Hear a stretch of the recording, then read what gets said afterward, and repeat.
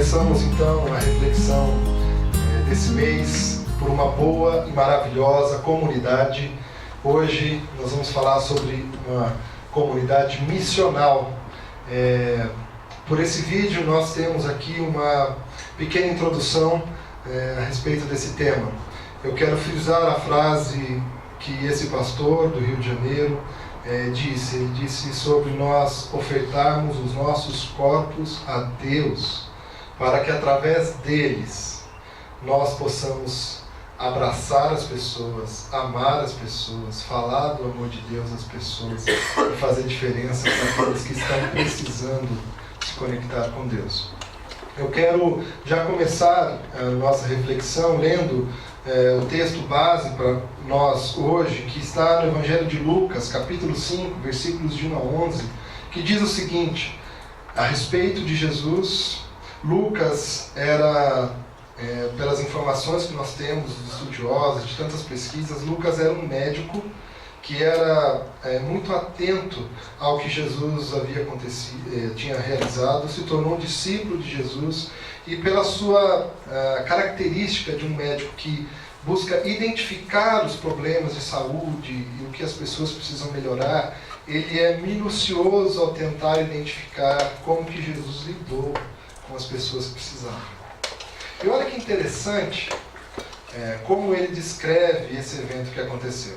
Ele diz o seguinte: aconteceu que, ao apertá-lo, a multidão para ouvir a palavra de Deus, estava ele junto ao lago de Genezaré, também conhecido como Mar da Galileia, e viu 2 barcos juntos à praia do lago, mas os pescadores, havendo desembarcado, lavavam as redes. Quero destacar aqui já nessa parte o que Lucas está dizendo. Ele está dizendo que Jesus estava sendo apertado por uma multidão. É interessante nós lembrarmos o porquê que uma multidão seguia Jesus. Aqui já está num período de início do ministério de Jesus, onde ele havia passado por vários vilarejos já, ido ao encontro de diversas pessoas, e muitas pessoas que chegaram até Jesus enfermas foram curadas. Pessoas que estavam perdidas sobre o que fazer de sua vida, tiveram da parte de Jesus orientação e encontraram nele as palavras e o encorajamento para reorganizarem sua vida. As pessoas que ouviam a Jesus sobre as coisas que ele tinha a dizer, que era o reino de Deus, elas ficavam maravilhadas com aquilo que Jesus falava.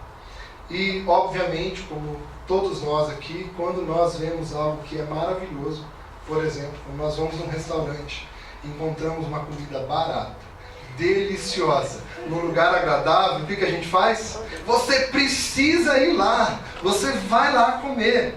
Eu tenho alguns cafés aqui na cidade que são queridos meus, eu falo, vai lá que é bom. Essas pessoas faziam isso ali, e as pessoas então, ao ouvir a respeito de Jesus, queriam saber mais a respeito desse homem que podia curar, que podia restabelecer a vida, o equilíbrio, a sanidade para as pessoas. Então essa multidão ia atrás de Jesus. E o interessante é que Lucas está dizendo que Jesus estava junto ao lago de Genezaré, que era o Mar da Galileia. Que nós podemos ver no mapa, aqui, esse lago, essa região, é uma região distante da capital, Jerusalém.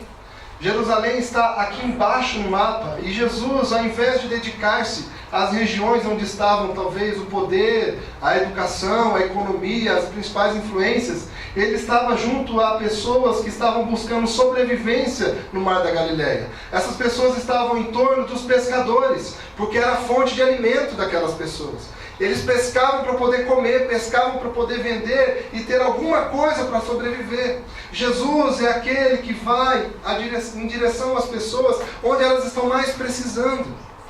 Essa é a primeira característica que Lucas está mostrando a respeito de Jesus. Jesus vai onde está a multidão, onde estão as pessoas. E ele continua dizendo, e viu 2 barcos juntos à praia do lago, mas os pescadores, havendo desembarcado, lavavam as redes.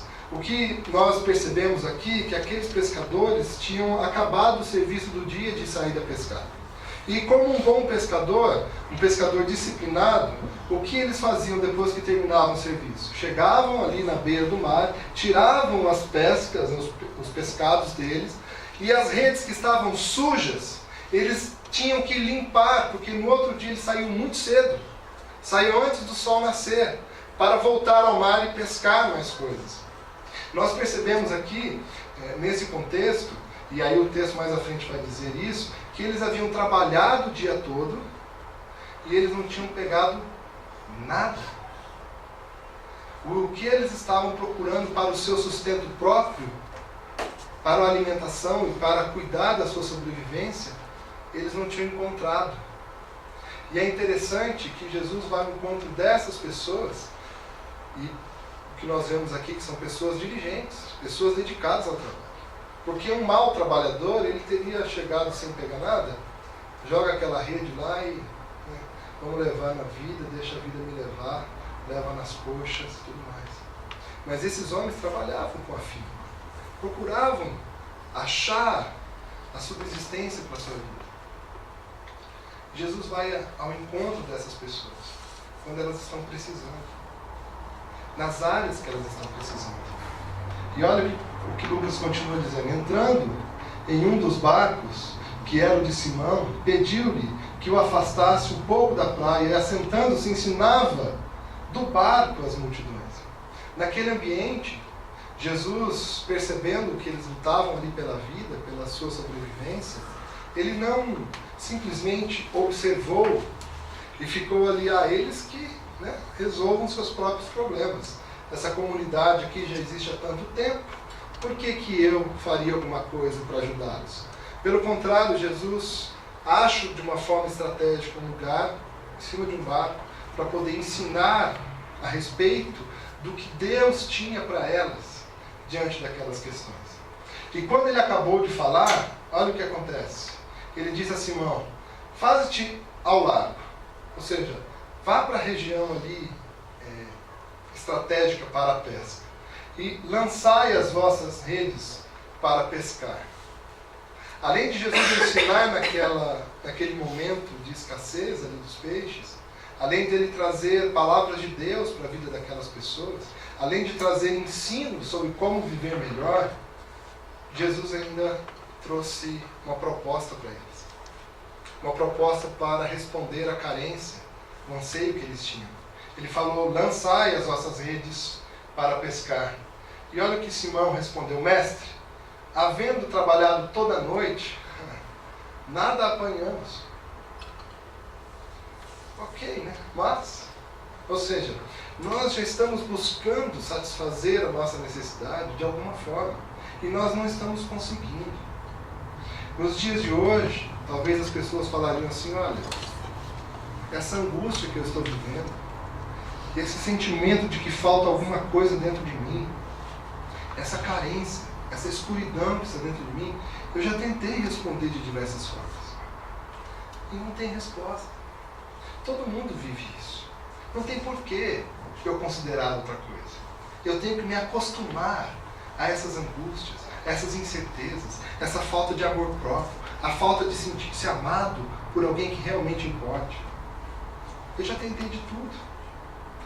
Mas, já que o Senhor Jesus, do qual eu conheço a fama, já vi tantas coisas que já fez, ok, então já que está pedindo, eu vou lançar as redes. E assim eles fazem, obedecem à orientação de Jesus. E o que acontece? Apanharam grande quantidade de peixes e rompiam-se as redes. Ou seja, a quantidade era muito maior. E você pode imaginar o que é sair de uma situação de ter trabalhado tanto naquilo que é a sua profissão, que você sabe fazer bem, para encontrar uma resposta, encontrar os peixes, não tem encontrado. Voltar para casa, para a esposa, para os filhos, para os amigos e dizer: olha, não trouxe nada. Para essa situação agora de ter obedecido a Jesus e ter visto agora as suas redes cheias de peixes, como resposta àquela carência, aquela escassez, aquela necessidade, porque eles obedeceram a palavra de Jesus. Assim o texto, Lucas continua dizendo: então fizeram sinais aos companheiros do outro barco para que fossem ajudá-los. Eles ainda precisaram chamar outros pescadores que estavam em outros lugares para virem ajudar a lidar com os peixes que Jesus havia conseguido para eles sob a orientação. E foram e encheram ambos os barcos, a ponto de quase irem a pique. Vendo isso, Simão Pedro prostrou-se aos pés de Jesus, dizendo: Senhor, retira-te de mim, porque sou pecador. Vejam que interessante essa característica que Pedro vai demonstrar. Ao ver o que Jesus podia fazer, aquilo que Jesus fez, Pedro se prostrou aos pés de Jesus, dizendo: Senhor, retira-te de mim, porque sou pecador. Talvez você esteja pensando: Pedro, né? Pedro é um apóstolo. Pedro já, conhecendo Jesus, ele se ajoelhou mesmo. Não. O texto aqui está relatando momentos antes de Pedro se tornar um apóstolo. Antes dele ser um seguidor de Jesus. Quando ele percebeu o que Jesus tinha feito, como Jesus tinha ressignificado sua vida, a forma como Jesus atuava na carência que eles tinham, na profissão e na atividade que eles tinham, trazendo respostas para a sobrevivência deles. Ele então se curva diante de Jesus e diz: eu sou pecador. É interessante, né? Porque ele poderia dizer qualquer outra coisa. Por que ele disse: eu sou pecador? Por que ele não disse assim: olha, eu sou um péssimo pescador? Olha, eu não sei fazer meu serviço mesmo. Por que ele não disse essas coisas que seriam muito mais naturais diante do contexto? A minha impressão é de que Pedro percebeu que ele não estava diante simplesmente de um cara poderoso que poderia dar peixes para eles. Mas pela base que Pedro tinha a respeito da história, de que viria um enviado de Deus, para que ao chegar trouxesse um reino inabalável, aquele que fosse o Salvador, que tiraria todos os pecados do mundo. Ele então se ajoelha e reconhece que Jesus não é simplesmente alguém que ajuda na pesca, mas ele é o enviado de Deus. Ele é o Cristo. Ele é aquele que veio para salvar. Ele é muito maior do que aquele que só resolve a necessidade. Ele é o Criador. Ele é parte de Deus, da Trindade. Foi isso que Pedro reconheceu. Por isso ele se ajoelhou diante de Jesus e disse: eu sou pecador. Eu preciso do Senhor. Preciso que o Senhor me salve. Olha que interessante. E a pergunta que eu coloco para você: quem é Jesus para você? Quem ele tem sido na sua vida? Alguém que te ajuda no trabalho? Para você chegar ao fim do mês e poder ter um salário? Alguém que te ajuda na família? Porque os problemas estão lá e a gente tem que achar alguma ideia de como vai lidar com a família, como educar os filhos, como cuidar dos problemas de saúde. Jesus é alguém que, para você, só cuida de trazer os peixes? Ou você já tem reparado que ele é muito mais que isso, de que ele é o teu Senhor, ele é o teu Criador, que veio ao seu encontro? Assim, o último trecho da nossa leitura agora de Lucas, dizendo a respeito de Jesus, ele diz: pois à vista da pesca que fizeram, a admiração se apoderou dele e de todos os seus companheiros, bem como de Tiago e João, filhos de Zebedeu, que eram seus sócios. Disse Jesus a Simão: não temas, doravante serás pescador de homens. Aqui é que Jesus está então chamando Pedro para ele seguir. E arrastando eles os barcos sobre a praia, deixando tudo, os seguiram. O que é interessante aqui é que depois desse reconhecimento de Pedro, de que Jesus era o Senhor, e ele pedia para perdoar os pecados, a obra não parou ali. O que Jesus tinha a fazer não parou nessa constatação. Mas Jesus chama Pedro para participar de algo maior. E esse algo maior era transformar a sua profissão, a sua atuação como pescador de peixes para pescadores de homens. O que Jesus estava falando é: venha fazer parte da história comigo. Porque tudo que existe, todas as profissões, todas as atividades devem colaborar, devem atuar para resgatar homens e mulheres que estão por aí precisando de Deus. É essa a inserção que Jesus faz da vida de Pedro. E é essa base, então, a partir dessa reflexão inicial, que eu quero falar hoje sobre igreja missional. E eu não sei quantos estão familiarizados com a palavra missional. Na verdade, quem é cristão e gosta de ler sobre o que é igreja, talvez esteja familiarizado. Mas eu percebo que isso não é uma coisa consenso e que todos nós conhecemos a respeito disso. Portanto, eu preciso explicar algumas coisas. Por que missional? Na verdade, ao longo de toda a história da igreja, de tudo que já aconteceu, de tempos em tempos, líderes e pessoas do movimento cristão perceberam que as palavras iam se desgastando, iam se comprometendo à medida que eles iam fazendo ou cometendo erros e esquecendo daquilo que Jesus tinha dito. Nós já vimos, por exemplo, a igreja sendo chamada de diversas formas. Recentemente, nós já ouvimos falar sobre comunidades eclesiais de base. E você fala: isso é igreja ou é uma outra coisa?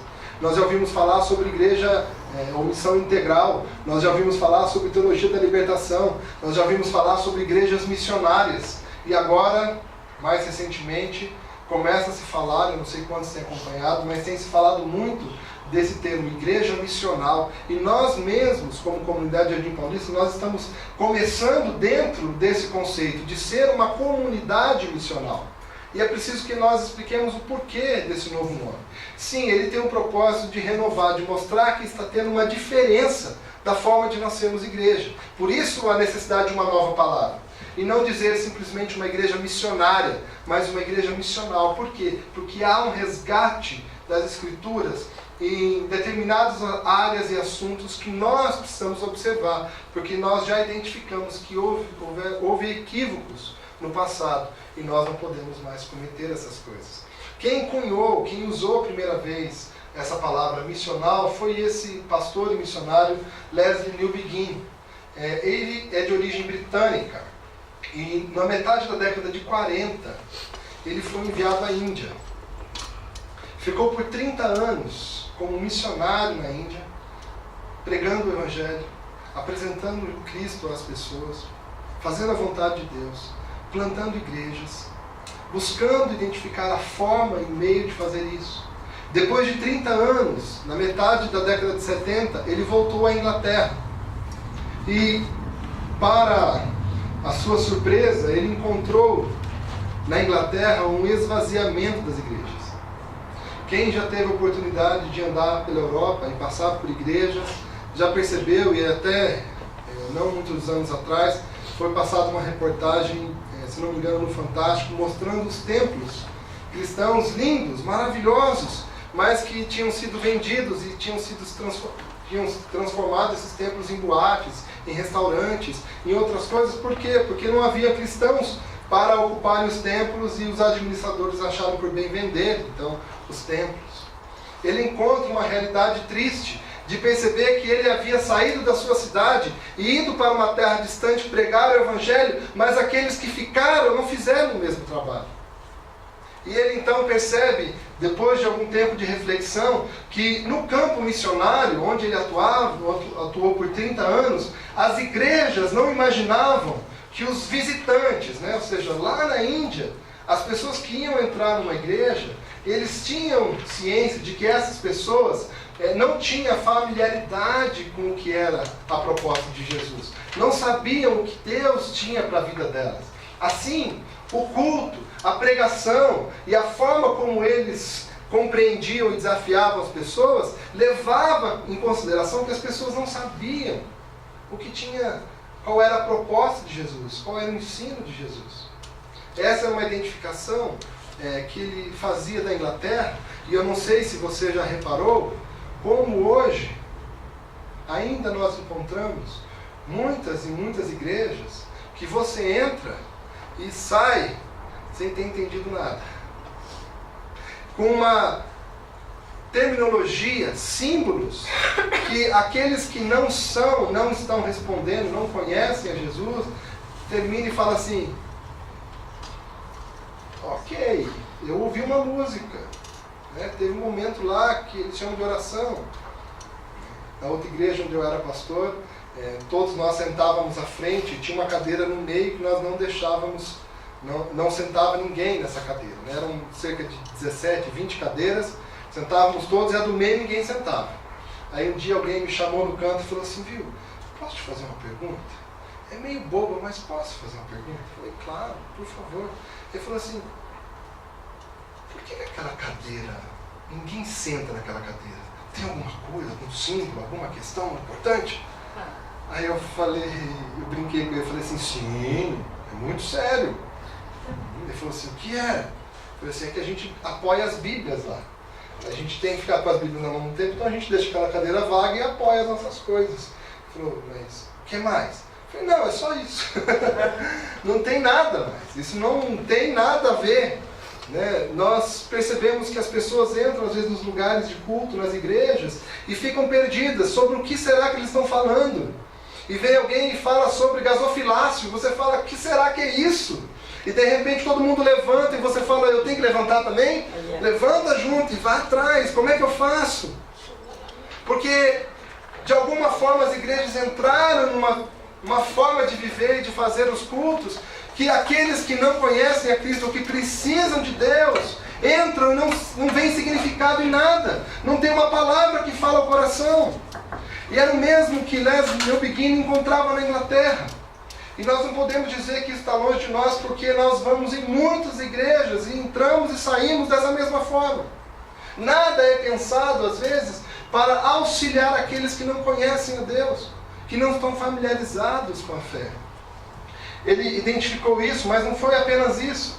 Ele também percebeu que no campo missionário, descobriu lá que as coisas tinham mudado muito e as instituições culturais da sociedade eram indiferentes ou abertamente hostis à fé cristã. Ele percebeu que na Inglaterra, quando você tentava falar a respeito de Cristo, de Jesus, as instituições falavam assim: para, nós não queremos saber a respeito disso.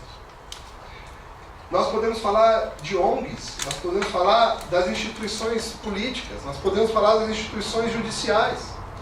Você já percebeu também que no nosso contexto hoje, chegar num ambiente, numa instituição social que regula a nossa sociedade, falar de fé, as pessoas vão dizer assim: olha, né, nesse ambiente aqui, a gente não fala disso. Se você quiser na sua casa, na sua igreja, falar disso, ok.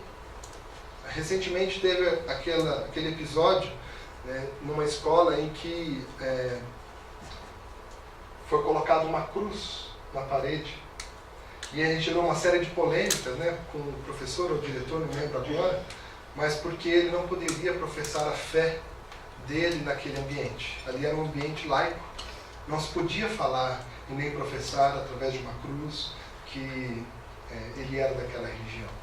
Porque senão deveria dar oportunidade para todos fazerem isso também e não seria possível. Nós percebemos hoje, as nossas instituições também, aqui em São Paulo e no nosso país, que tem uma grande aversão à fé cristã. Eu estou sozinho nisso ou também você percebe? Que a gente não pode falar de Deus. As pessoas são hostis, elas estão até abertas a muitas coisas místicas, mas não a fé cristã. Ainda, Newbigin vai... Por favor, César. Ele ainda vai perceber, né, que... Só mais um aqui. Ele vai perceber que no campo missionário as igrejas não tinham um departamento de missões como, por exemplo, nós muitas vezes encontramos aqui. As igrejas atualmente ainda têm, por exemplo, lá uma equipe que eles separam entre todos da igreja, que fala assim, ó, vocês vão cuidar das missões da igreja, tá? Sobre quem precisa ouvir o Evangelho, sobre o que nós podemos fazer para isso, quais recursos nós vamos destinar. Ou seja, dentre todos, você fala assim, alguns cuidam da questão da missão, de pregar o Evangelho, de falar a respeito de Deus. Ele percebeu que lá no campo missionário, eles não faziam assim, porque todos entendiam e sabiam e eram capacitados para falarem do amor de Deus, onde eles estivessem. E não simplesmente um departamento de algumas pessoas só que iam fazer isso. E por último, eu coloco aqui como a outra identificação muito importante que ele observa, que no campo missionário, onde ele ficou 30 anos, os cristãos viviam em uma sociedade com valores radicalmente diferentes dos que aprendiam na igreja. E isso tornava a vida no mundo, ou seja, fora dos muros da igreja, um ambiente hostil. O discipulado, então, e o treinamento, ou seja, aquilo que a igreja propunha de formação para os cristãos lá no campo missionário, era para preparar, então, esses discípulos para saberem responder às reações e perguntas hostis das pessoas em termos de fé.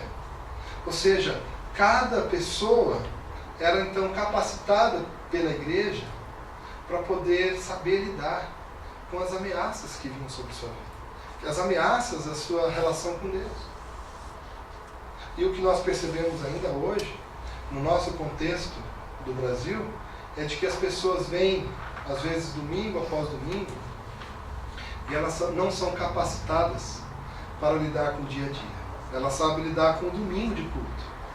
Mas durante a semana, se alguém pergunta para ela, você crê em Jesus? Ela já fala, essa aí já é a resposta, né? Sim. E fala mais a respeito disso, e as pessoas falam, você não quer ir comigo à igreja? Vamos domingo para você ver como é que é. Lá o pastor vai poder te dizer isso. Porque não há um trabalho de auxiliar as pessoas em termos de responder à fé que ela tem em Deus e o que Deus faz através de suas vidas. E vocês percebem que esses mesmos problemas estão à nossa volta? Estão aqui, em pleno ano de 2018. Se ele escreveu isso no final da década de 70, na Inglaterra, nós podemos dizer que, como um país rápido como o Brasil, nós estamos agora vivenciando essas coisas. E com base nisso, é porque nós estamos querendo evitar essas coisas que nós estamos começando a comunidade hoje em Paulista, para ser uma igreja missional. Nós temos o pastor Tim Keller, que é um pastor em Manhattan, em Nova York, que vai dizer um pouco mais sobre o que Neil Begin encontrou. Ele encontrou a igreja que não conseguia preencher as necessidades humanas tão bem quanto as agências de serviço social, nem conseguia transformar a sociedade tão bem quanto os partidos políticos e as organizações. Assim, por essa perspectiva, a igreja se tornou irrelevante. E eu pergunto para você hoje, quais são as igrejas que são relevantes hoje? Será que se nós fechássemos metade das igrejas, faria alguma diferença? Nossa cidade ficaria pior ou melhor? E é porque nós vemos esse cenário que nós precisamos responder. Então, por que de uma igreja missional? Por que de uma proposta diferente? Por conta desse cenário que nós observamos nos nossos dias, aqui em São Paulo e no nosso país. Eu quero então mostrar de forma muito rápida 3 coisas que eu acredito são respostas para a igreja ter se tornado dessa forma. A primeira questão que eu trago é que, por muitos séculos, as igrejas se fecharam em si mesmas. Olharam mais para dentro do que elas queriam e precisavam, do que a população fora queria e precisava. A Igreja Católica passou, na metade do século XX, a ter cultos na língua do local das igrejas. Antes os cultos eram em latim. Quem não sabia latim não tinha condições de entender o que a palavra tinha. Nas igrejas protestantes, os púlpitos arrogantes dizendo: nós que conhecemos a Bíblia, vocês precisam vir até nós, porque nós sabemos o que está escrito aqui. Nós podemos ensinar a vocês. Vocês não sabem nada a respeito de Deus. Se fecharam em si mesmos, porque havia uma espécie de cultura cristã, ou seja, os valores, a moral cristã era bem aceita por todos. Ou seja, um casamento sem adultério, que é um valor cristão, era o valor da sociedade. Hoje em dia a gente observa isso. Quantos movimentos já não estão vivendo a poligamia como algo assim? Nós, seres humanos, na verdade, naturalmente, nós desejamos mais de uma pessoa. E tudo bem vivermos dessa forma. Enquanto a proposta cristã fala: não, você deve ser marido de uma só mulher e agir de tal e tal forma. Mas porque hoje nós não temos uma cultura cristã ao nosso redor, a igreja precisou e está sendo desafiada. E ela é desafiada e acontecem duas coisas: ou ela se seculariza e entra nesse ambiente que está todo mundo contra a moral cristã, o ensino cristão, e diz: olha, vale tudo, está valendo, o importante é ter Deus no coração e segue a vida. Não importa, tudo bem assim. Ou ela se seculariza, assume toda a cultura como está, mas tenta manter assim uma relação com Deus, um Deus que é permissivo. Pode ir lá, eu amo a todos, está tudo certo, vivam como vocês quiserem. Que eu abençoo, no final vai dar tudo certo. Eu sou amoroso.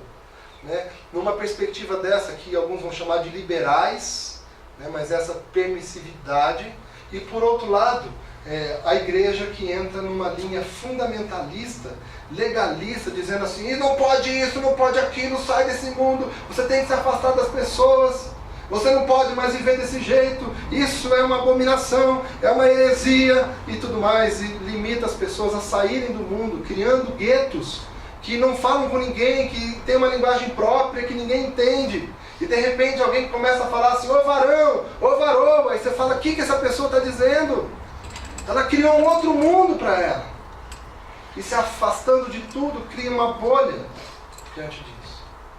Mas nas duas coisas, nós percebemos a igreja, ou as pessoas das igrejas, com dificuldade de se livrar de si mesmo. Enquanto que o que nós deveríamos fazer é obedecer a Cristo. A proposta dele é que vale. E a proposta dele muitas vezes questiona o nosso interesse próprio, as nossas permissividades, os pecados que nós falamos que não é nada. Mas um outro problema, o segundo de três que eu quero mencionar, é que a igreja se tornou assim, tão longe do propósito de Deus, quando os cristãos se apoiaram no paradigma secular e sagrado. Um redesenho do platonismo, com aquela ideia de que o corpo, a matéria, é má, e o espírito, as ideias, é boa. Ou seja, você faça com o seu corpo o que você quiser, mas a ideia é algo espiritual, é isso que vale a pena. Então eles poderiam fazer o que quiser com a matéria, e a mente devia ser cuidado. É um redesenho do platonismo, porque as pessoas vão pensar o seguinte, e a igreja entrou nessa dinâmica, de que ela pode viver o seu espiritual nos domingos. Lá é o momento de nós falarmos aquela linguagem bonita para Deus, lá nós oramos, lá nós lemos a Bíblia. Mas durante a semana, nos negócios, no trabalho, ela faz o que ela quiser, segundo as regras que o padrão do mundo estabelece. Então lá no trabalho, se para eu ser o gerente eu tenho que mentir, eu minto. Se eu preciso enganar, eu engano. Se eu preciso passar por cima de pessoas, eu passo por cima. É a lei do olho por olho, dente por dente que vale. E quantas vezes nós observamos isso? Pessoas que estão lidando e fazendo dessa forma, como o mundo faz, como todo mundo faz, e depois de alguns anos você encontra essa pessoa numa igreja, você fala: você está chegando agora? Você falou: não, estou desde criança cristão. Você fala assim: não, você é cristão? Sou. Aí a pessoa fala: não, eu te conheço, eu trabalho com você. Eu vejo todos os dias o que você faz. Você não pode dizer para mim que você é cristão, porque é a sua vida diária não tem nada a ver com a proposta de Deus. A pessoa fala, não, eu sou cristão. Há uma separação entre a emoção e a razão. Eu sou um baita cristão domingo e durante a semana eu faço o que eu quero. A igreja foi se tornando isso e até hoje, dentro das igrejas, nós observamos essas coisas. Duas vidas, a secular e a sagrada. E isso foi empurrando a igreja a se afastar da vontade de Deus. E por último, eu coloco que a razão da igreja ter ido por esse caminho é que os cristãos no Ocidente conceberam que fazer a missão do Evangelho era enviar missionários para terras distantes. Por conta dessa mentalidade secular e sagrada, as pessoas falavam assim, olha, no meu dia a dia eu não tenho que fazer nada. Agora lá na África precisa. Lá é importante. Então o que a gente pode fazer então para a gente de fato ser um cristão top? Vamos organizar recursos e mandar alguém para lá. Porque lá eles precisam ouvir de Deus. E durante o período da história do iluminismo, ou seja, o homem no centro de tudo, aquela emancipação do ser humano, né? O ser humano é capaz de resolver todos os problemas do mundo. Mande formar escolas, hospitais, nos lugares carentes. A igreja entrou nessa dinâmica e começou a mandar pessoas e recursos para formar, então, condições melhores do ser humano ser emancipado em todas as partes do mundo. E a igreja, então, deixou, assim como foi o envio de Leslie Newbegin, vai para a Índia, lá eles precisam de Deus. Enquanto eles agiam assim, a própria Inglaterra, local onde enviou Leslie Newbegin, padecia, porque no dia a dia as pessoas não falavam do Evangelho. E hoje, nós corremos o risco ainda, porque essa é a cultura dentro das igrejas, que não estão num esforço missional, de viver isso. Achar que fazer missão é para o outro, o bom, o capacitado que a gente envia para outros lugares. Mas não é isso que Deus tem para nós. Ele chama a mim e a você para fazer isso hoje aqui, onde nós estamos. Portanto, eu coloco 6 características aqui para nós, e aí vamos encerrar, sobre o que é ser uma comunidade missional. O que nós estamos tentando construir aqui como comunidade Jardim Paulista. E a primeira questão é o estabelecimento claro e evidente que Jesus Cristo é Senhor.